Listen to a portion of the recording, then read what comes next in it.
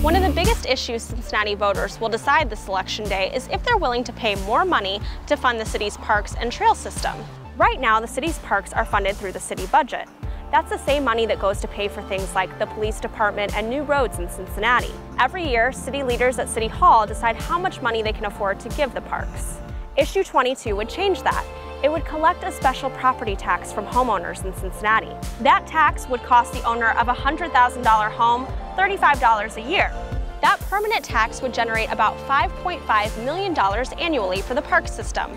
Much of that money would help to pay for new projects. The rest would help to maintain the parks. 16 new projects would be started around the city if the tax passes. Smale Park here would get a new marina along the riverfront, and a new biking and walking trail would connect parts of Cincinnati. But there's no guarantee that any of these projects would get done, which is one of the major complaints opponents have about this issue. They fear that the new projects, which would cost an estimated $88 million, won't all get done. And they argue the mayor, who is backing the issue, will have too much control over which projects get funded and which don't. Cincinnati voters will ultimately decide November 3rd.